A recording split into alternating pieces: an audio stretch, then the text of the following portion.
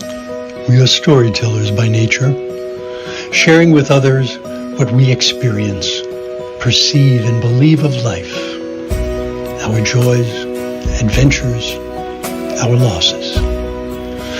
We tell ourselves stories as well. Some leave us trapped by false beliefs and self-doubt. But there are also stories of persisting, exploring, and rising above. Stories of uncovering the truth, enabling powerful transformation and triumph. These are those stories. These are your stories.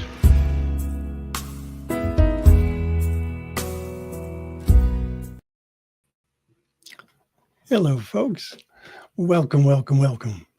It is time for truth, transformation, and triumph. My name is Zoe DeMiro. I'm a prayer practitioner, and I am a counselor, and I am a coach dealing with transformation, and I am the host of this show. And so it is, stories of truth, transformation, and triumph.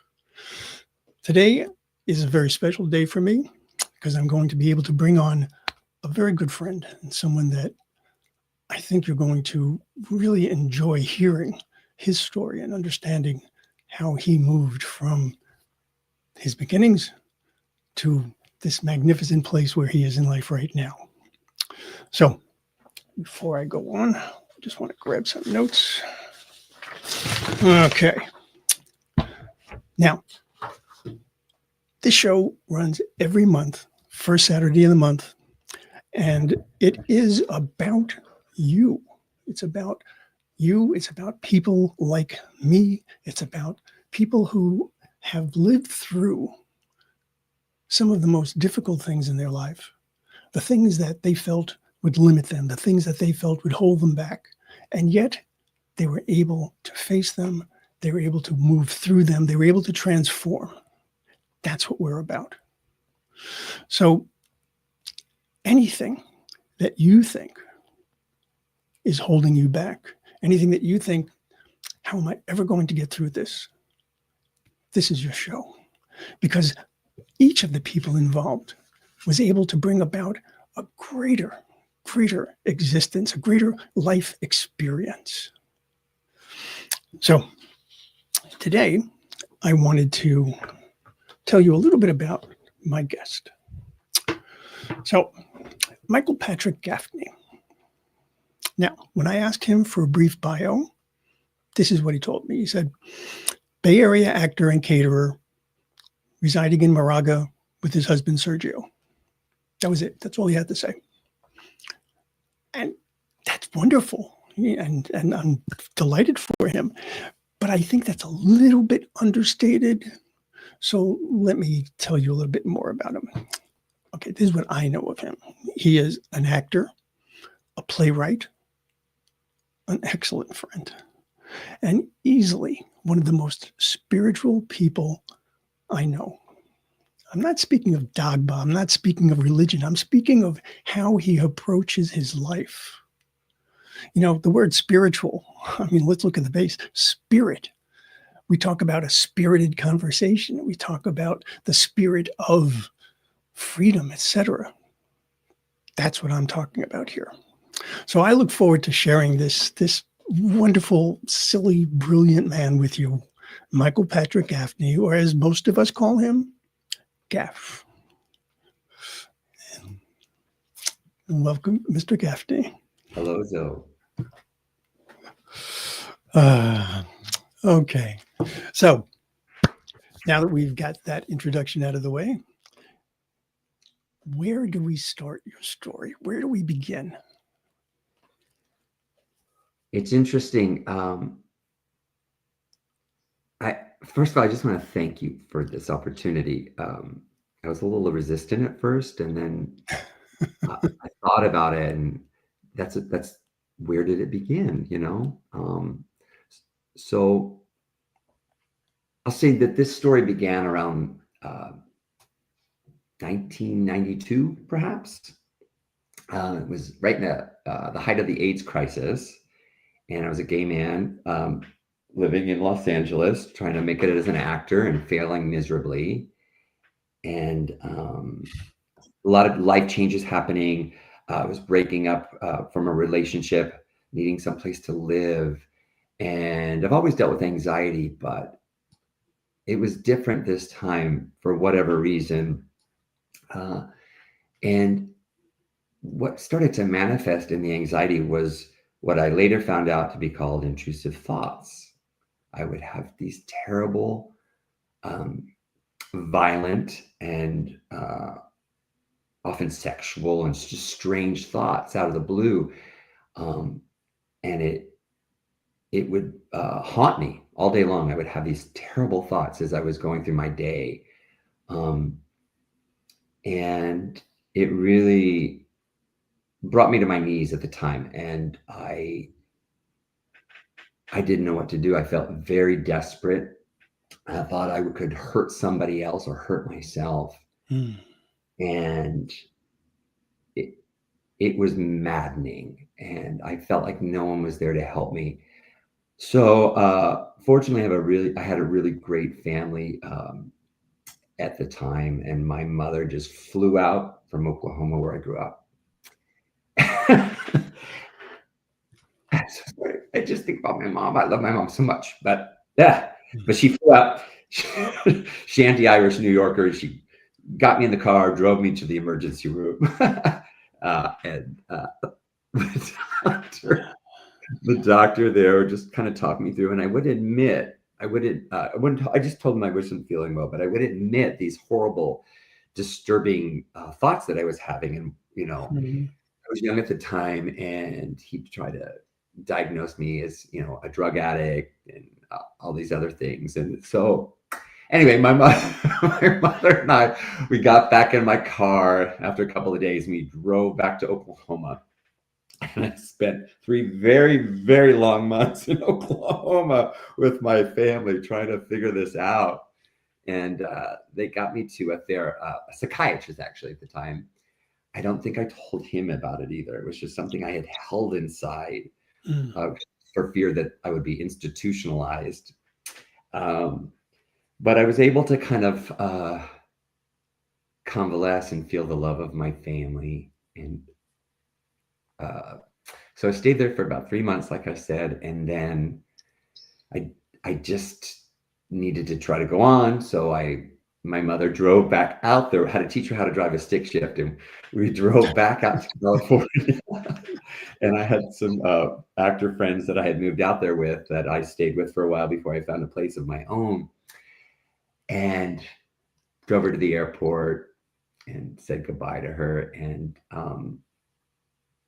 little by little, at that time, I was able to stumble along, um, but I still carried that with me. I still carried those thoughts. And looking back on it, though, it was definitely related to my anxiety. So as my anxiety subsided, so did the thoughts. And I didn't really put that together, but just kind of my everyday life, and I went on with it. And then I met a man. We started a relationship, and he had an opportunity to move to the Bay Area. So I moved to the Bay Area with him, and I loved it. I found a really strong theater community that I loved. I had an opportunity when I was younger to either go to New York or go to LA, and my two friends were going to LA in a VW bus. So they stopped up in Oklahoma, and I just jumped in that way instead of going to New York. So Okay, so the geographical changes here. You started in Oklahoma. From Oklahoma, you went to LA. What in New correct. York? Correct. I went to LA from Oklahoma, where I grew up and went to school. But when I got to San Francisco and I found that great theater community, I was realizing, LA was probably not the best place for me to be. Although I did do some theater down there, but it was all like for free and like just to find an agent kind of thing. But moving to the Bay Area, I I really felt that I belonged, and the theater community kind of welcomed me with open arms, and I got to join the Actors Equity Union, and I was kind of plugging along and feeling great, and I got to do some long-running shows, and it was wonderful. And then it wasn't wonderful. I was in a position where I was not in a happy relationship, and found myself with a lot of anxiety and a lot of fear. I had never really made my whole living as an actor. I'll admit that. I had looked for a side gig when I moved here, and it was catering. I had never even heard of a cater waiter before, and it was great. I loved it. I was a terrible waiter in a restaurant when I lived in LA. I was terrible. I couldn't keep it straight. It's a lot of multitasking and a lot of demands and exchange of money.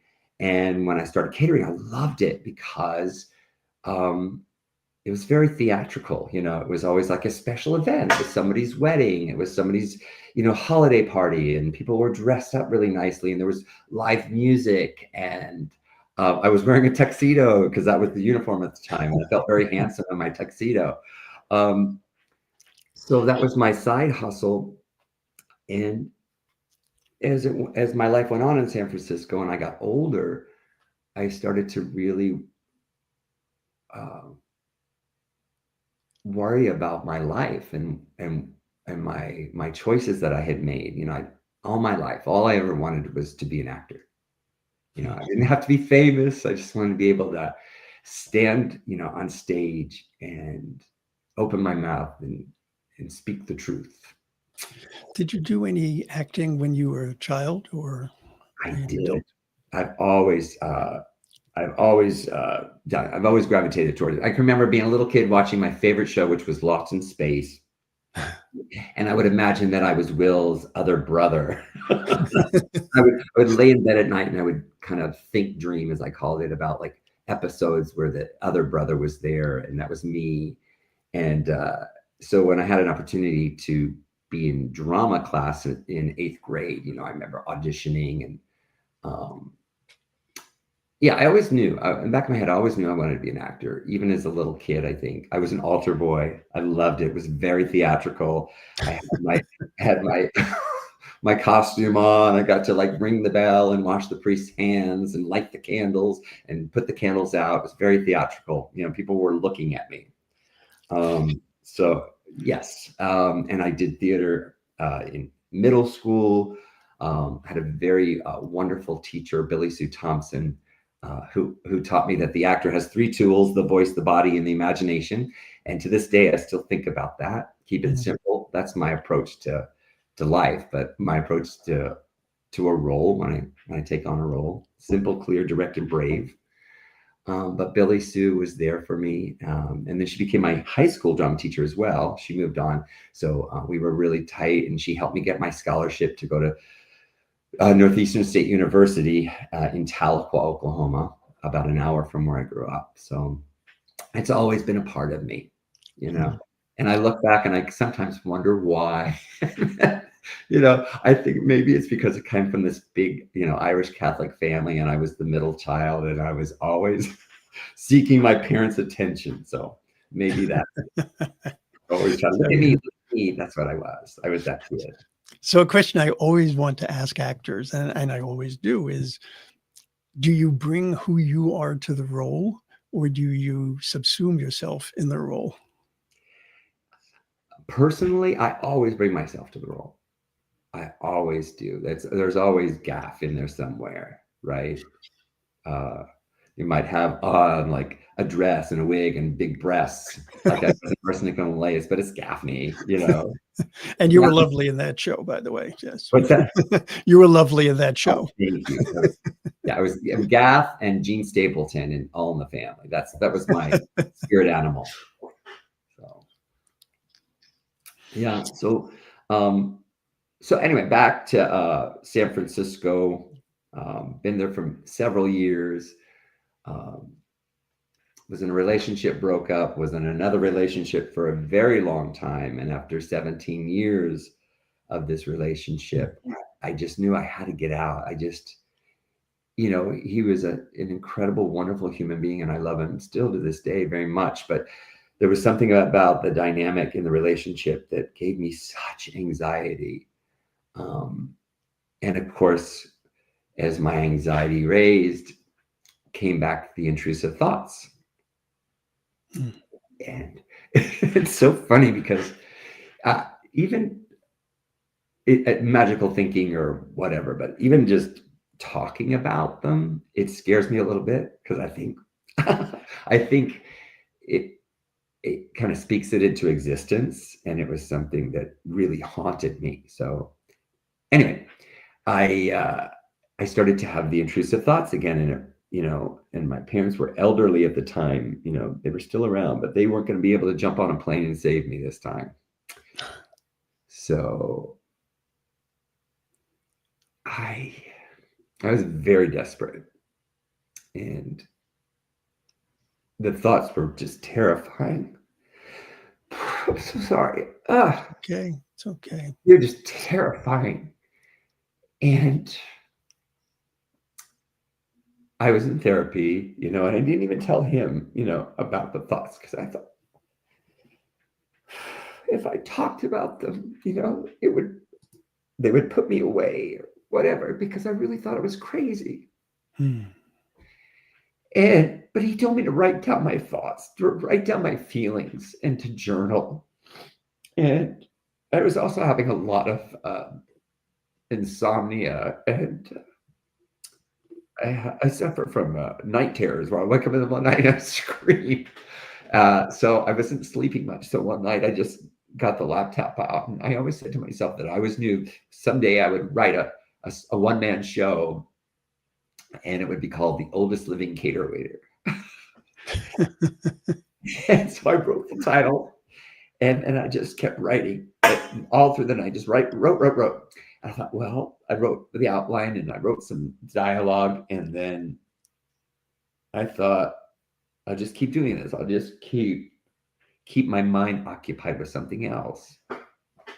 So it came very quickly, and I wrote a draft, and I had a dear friend, Tom Orr, who is an incredible, he writes parodies, and he's so wonderful with a turn of a phrase. And I asked him if he would write a couple of songs for me for something I was working on. And he did. He wrote a couple of songs for me. He recorded them and sent them to me, and I put them in the draft. And I just kept writing. And then I invited 4 people over to come over to my living room, and I shared it with them. And they thought that it had legs and I should continue to work on it. So I did. At the time, it was probably about 15 minutes long. It needed to be longer, excuse me. So I kept writing, and then I had an opportunity. There was a wonderful guy named Mike Finn, who's since passed, and Mike had this incredible Victorian in the city that had 2 older gentlemen he had taken care of them in their old age, and they gave him this incredible old Victorian that had been restored, and it was just beautiful. And they said that before they died, that they would give it to him, but they wanted him to use it for people to perform in, and an opportunity. He allowed me to do my first public reading of the play in that old Victorian. So I did, and I invited a bunch of theater friends, and one of those theater friends was my former director, Dr. Ken Sonkin, and he came in, and he's just the coolest guy. He came on his motorcycle, and he comes in his leather jacket and goes out for a smoke in intermission. He's just the coolest guy, so different than me. And afterwards, we were talking about it, and he said he would be interested in helping me take it further. And I really admired him as a theater artist and as a director. And we got together and we worked on it. And then I believe the next public reading of it was the one that you and Jackie, your wife, came to at Zebelo. And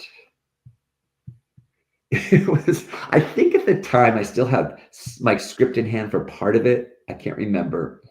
But one of the things I had talked about in the show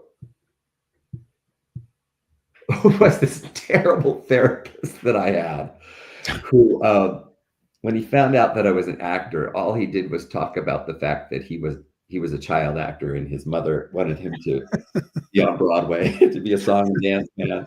And he would just talk about himself constantly in the therapy session. And he would always be late.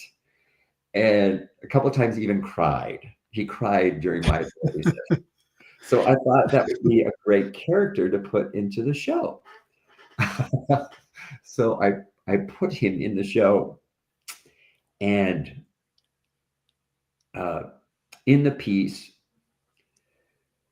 what helped me, what the cater waiter is going through a lot. It was mirroring what I was going through with my anxiety and panic attacks and my intrusive thoughts and debilitating fear. And so I had written a scene with the doctor.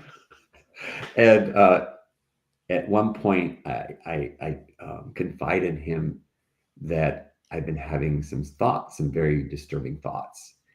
And he will tell me a little bit about these thoughts. And I say, well, I'll be, I'm very tentative to tell him, but I say that I'll be driving down the road and there'll be somebody on their bicycle. And I think, well, what if I just swerved over and hit that person on their bicycle? Or I'll be talking with somebody at a restaurant and I think, what if I just took this bottle and hit them over the head with it? Or I'll be sitting in the theater and I think, watching a show, and I'll think, what if I just screamed?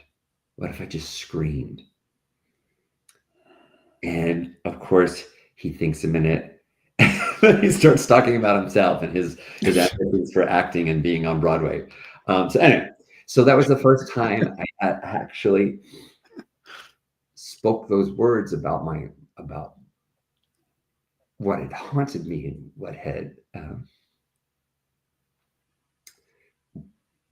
scared me so much. And I can't tell you how many people, they wrote me and told me thoughts, and a lot of people told me how I should change it. And one actor told me he should make it a two-person show and he would be everybody else. People gave me a lot of information, especially at talkbacks. But one of the things I heard consistently was that, God, I have thoughts like that too. I have those thoughts. Thank you for saying that. That I thought I was the only person. I'd never told anybody that I had said that. That I had thought that, those weird, strange thoughts, and why did I think those? So that's, I think, the beginning of the transformation, the beginning of the healing process of the show healing me. So we did another stage reading. We did a more like no book in hand, and I believe it was completely kind of staged at SF Playhouse. Berkeley Playhouse. The beautiful Julia Morgan building, the big, vast stage. And Darren Carollo, who was our artistic director at the time, he allowed me to do it, which I really was very grateful for. And it was so many people came, and it was just a beautiful night. And by that time, I felt like I really had something. I had a story to tell. And as I was doing it, it was helping me so much. It was allowing me, every time I did it, to take everything that is inside of me. You asked me earlier, like, do you bring yourself, or are you the other person? That role was me. I was Michael Gaffney. I was Gaff up there on stage, Hmm. sharing my complete truth. I might have exaggerated it and stuck teeth in and put on glasses and drove around in a Red Rascal scooter or whatever, but that was me, telling my story. And it was and I think when we were talking about this before, when you asked me to do the show, it was a lot about distracting myself, keeping my mind busy on other things, looking at the other. And in acting, you kind of do that too. Often an acting teacher will tell you're indicating, meaning you're showing us how you're feeling rather than just experiencing it. Mm. And one acting teacher used to say, distract your mind, focus on the other, focus on the scene partner, focus on something else other than yourself or what you're doing. So in a way, I was kind of doing that with the show and my my situation with my anxiety and my intrusive thoughts. So, there's an interesting dichotomy in what you're saying there in terms of the distraction and the focus. And I want to come back to that, but let's take a short break. Okay. Okay. We'll come back because understanding exactly how you were able to bring yourself into this role, into this writing, what you were able to express compared to where you had been before. That's really important. Okay. Okay. It's just a short break here. Okay. Be right with you.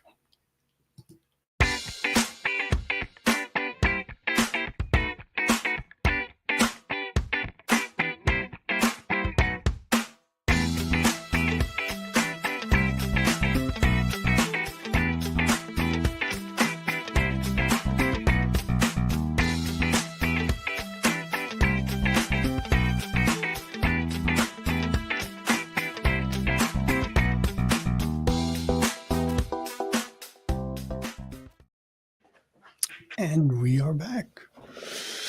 So I wanted to talk more about this wonderful show,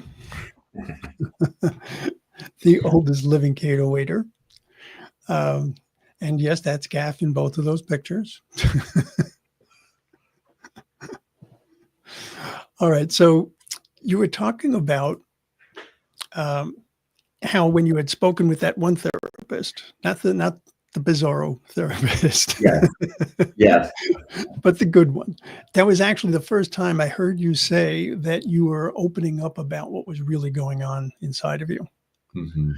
And I think it's really interesting that was when the show was able to come forward. Yeah. So these things that you were looking to hide from yourself, from the world, you put out there. Mm-hmm. That was very courageous. Yeah. Yes. While I was doing this, like a lot of people in crisis, I was like trying to read self-help books and like doing TED Talks. And I was like looking for things to help me. And one of the TED Talks that I found really powerful and helpful, especially with writing the piece, was Brene Brown, The Power of Vulnerability. Mm-hmm. And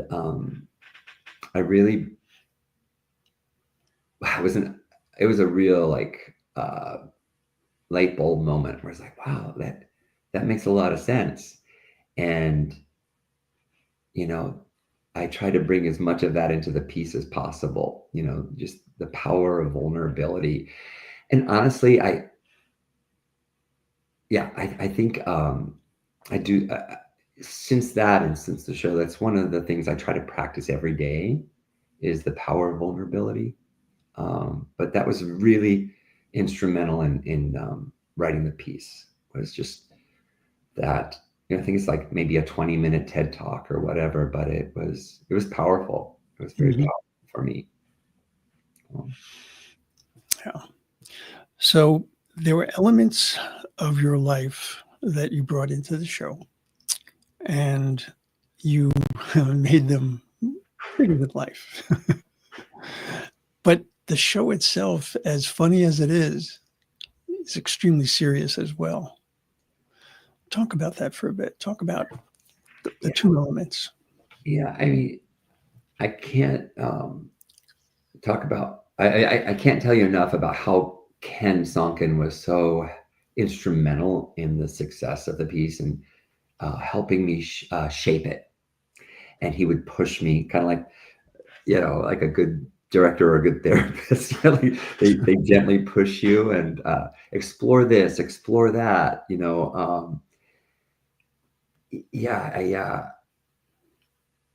was interesting when we're trying to find the tone and the one thing for me, it was this.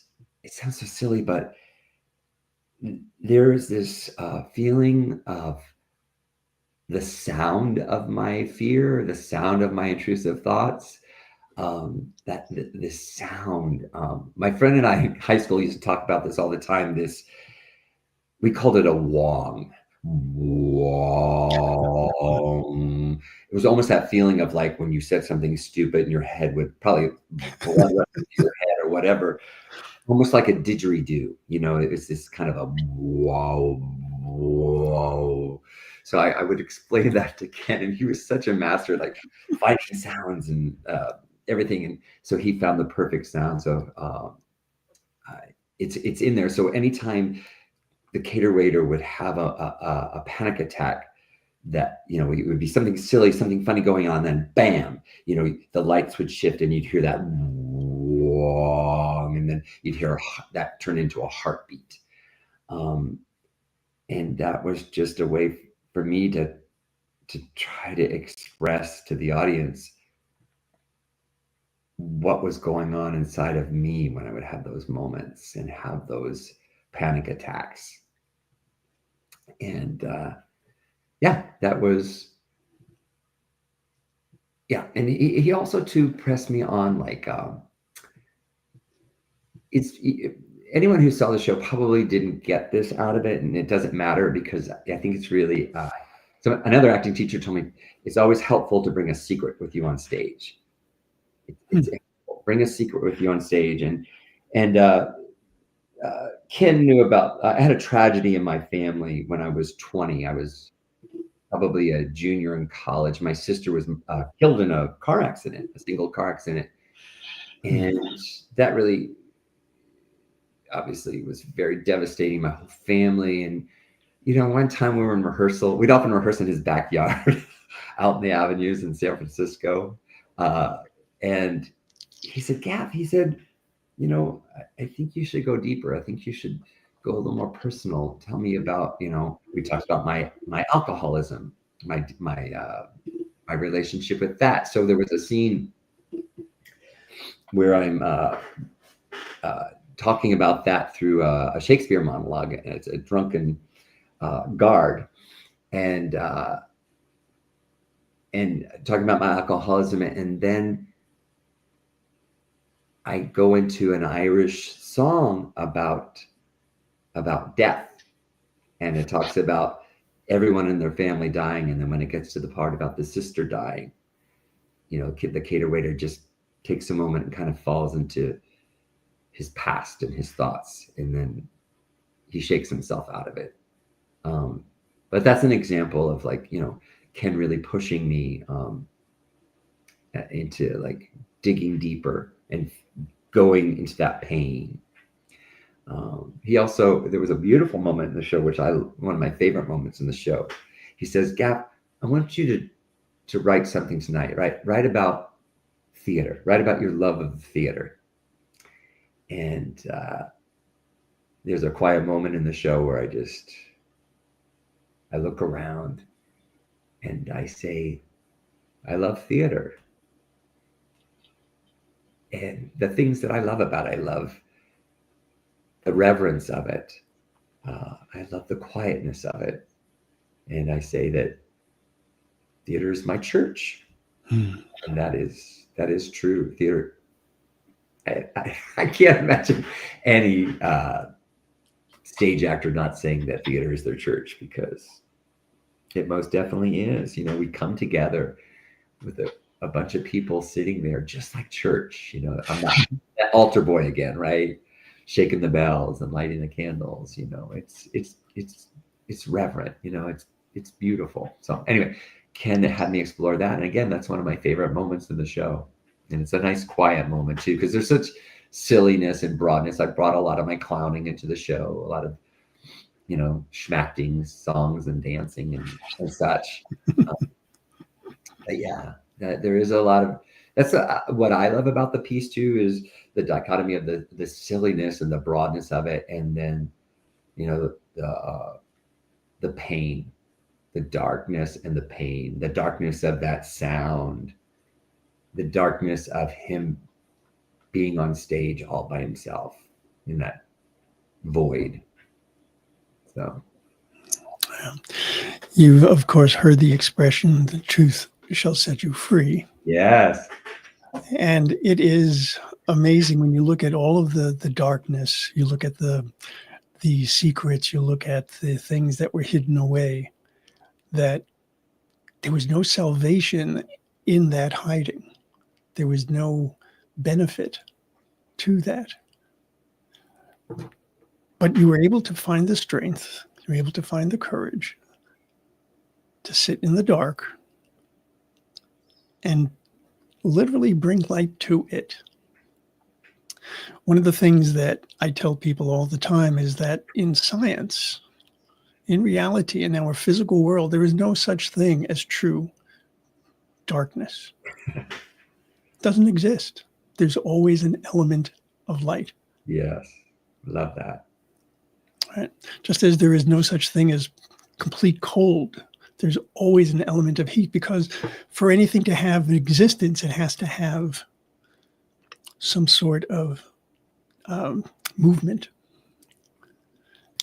So you were able to see into that darkness. You were able to step forward from that.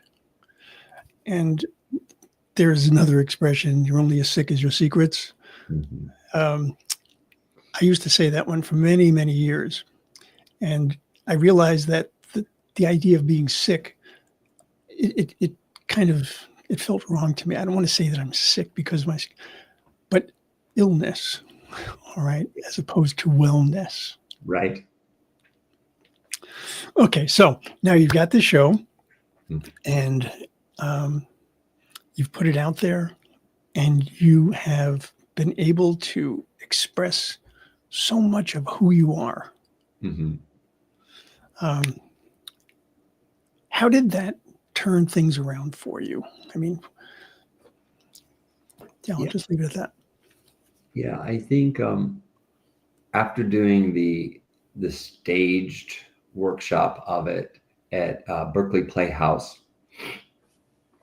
and I really felt that Ken and I had a wonderful theater piece. And what do I do with it? Where do I go from here with it? And because I wanted to continue with it because it was healing me. It was I don't know, it was helpful for me, like you said, to tell my truth, to speak my truth, and to share my story. It was helping me. It really was. So I didn't want it to stop there. So I entered the lottery for the San Francisco Fringe Festival in 2016. Yes, 2016. And I got, it's a total lottery system, and I got it. But I also, there were 3 different venues you could use. You could go for, and one was small, one was medium, one was large, and go big or go home. So I think one of the reasons I got picked in the lottery is because not everybody, because you have to pay for the space, and then you get the door, right? So I thought I'll go for the largest one that they had, which was Piano Fight at the time, which was a fairly new venue, which was the old original Joe's in the Tenderloin. It was a great space, and unfortunately it's since closed. But yeah, so I got it, and it had to be under an hour to be part of the Fringe, because you had 15 minutes to load in and set up, an hour to perform, and 15 minutes to load out, which was crazy, crazy. And I remember when I heard that, I was like, they're not gonna, whatever. If it's 10 minutes over, they're not gonna do anything. And I remember my first, they assign you a stage manager to run the lights and the sound and everything. And I remember them being very strict and saying, and Ken was like, okay, we gotta talk. And I just remember him like help me edit. And it was just like, barely. And then it just became this whole like, do I just talk faster or do I take more material out? So it became this. I tend to talk fast on stage anyway, so it's like, let's just keep it in. And it was like, I remember the first time we timed it with the stage manager, and it was like 59 minutes. I mean, it was like I was a minute short, because supposedly if you go over that hour, they will turn the lights down. I mean, and I can't imagine in this piece, like right at the very end, right? The denouement, that they're going to turn the lights out on me, right? When I'm on the ground pouring my heart out, but they would have. So it's just like, continue to cut. So, and also too, it's like 15 minutes to load in, and Ken is just such a whiz at like figuring things out. And so I had, most people would have like a chair, or they would have, a music stand. We had a 48-inch round with a beautiful linen and a centerpiece. I set the table with silverware, napkins, glassware, 5 Shibari gold chairs, that Corinthian column that's downstage right, with a tray of champagne flutes and an ice bucket with a, Dom Perignon in it. And I had, my jack stand and ovals and plates, and as like I do a lot of clowning in it, so I had dinner rolls that I juggled with, and just all these crazy things. I'm like, Ken, how are we going to do this? And he had it down to an art. I had a crew of, I think, 3 people, and myself and Ken, and we did it, man. I was like, okay, I got time to go into the wings and have some water and think about it and stuff. Ready to go. And then we'd be out, ready for the next show to go in. So, so, and I believe with the Fringe at the time, you had 4 public performances. And again, like that was the thing, you got to keep the door. You got to decide. It couldn't be over a certain amount or whatever for a ticket, but you got to keep the door. So it was just like, I was like, I forget how much it was, but it was a lot to enter it, for me at least. But I was just like, I'm gonna fill those seats every night. I'm gonna fill those seats. So we bombarded friends, probably you and Jackie, with like emails and Facebook, flyers in the mail, like, come see my show. Look at me, because I wanted, if I was going to do it and spend all that money, I wanted people to come see it. So, it's in the fall, in the month of September. I think it's opening maybe this week, in San Francisco, the San Francisco Fringe. So go support your local Fringe. But it was in 2016 in September, that I did it. And, it's an experience I'll never forget, for lots of reasons. My husband at the time, I had just met him, and would you like to be on my running crew? So he helped us load in and load out, and he was I referred to him as my personal assistant. So I remember, he would get me there and take me home. So it was. And I never had that experience before. I always kept any kind of relation, never ever dated an actor, ever. So this was the closest to having anyone of a personal relationship involved in my professional work. And it was kind of nice, because we had, we were early on in our relationship, and he just thought I hung the moon, and, I could feel his presence backstage, and that was very, very special. And just to be able to present what Ken and I had created over about a year and a half, and to know that it was so instrumental in in saving my life. I know that sounds dramatic, but it gave me purpose too, I think. And it gave me, we all talk about imposter syndrome, although that's a new term. We didn't call it that. But, that feeling of like you're not worthy. And Mhm. for whatever reason, I've always felt that. And, it was a beautiful gift to be able to be acknowledged for what you do and what you've created, and to have that thing be the balm, to be that thing, that the medicine that helped you, that saved you, Mhm. and yeah, it was very transforming. And I can't say it happened overnight, because it certainly didn't, and most things don't. It was this incremental thing that happened, but it was also to something that it was something to hold on to. It was like, yeah, it was something to help me from drowning. I always had the show to hold on to work on, to tinker with, to call Ken and talk about it. It was, yeah, it was my medicine. So There's an expression that we use in New Thought quite a bit. Pain pushes until passion pulls. I love it. Let me write that down. It's beautiful. And you talk about the show as being this wonderful support for you, but the reality of it is the show was the result of your saving. It wasn't the savior in and of itself. And in the time that I've known you, one of the things that truly, truly has impressed me is just the way that you approach life. We have the things in our past that are there. We have the ability to go back to them, to see what's important for us to take forward and what's important for us to release. Yeah. Right. And I've seen how you were able to release those things that just could not serve you. Yeah. One thing too, I think I've discovered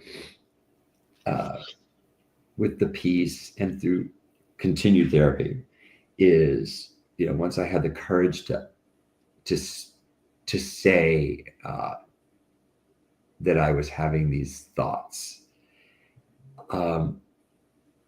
is like, it wasn't the thoughts that were maddening or haunting me. It was me judging those thoughts. You know what I mean? Pushing those thoughts away just made it worse, rather than going, I just imagined that I was grabbing that lady's ass while I was walking down the street or whatever. It's like, why would I think that? I thought it. So those are my thoughts. I can think those thoughts. Who cares? And if it's a weird or, who cares?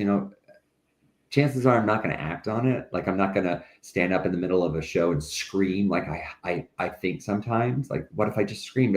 You know what? I'm probably not going to do it. So don't, just let it go. Once you think that thought, just let it go.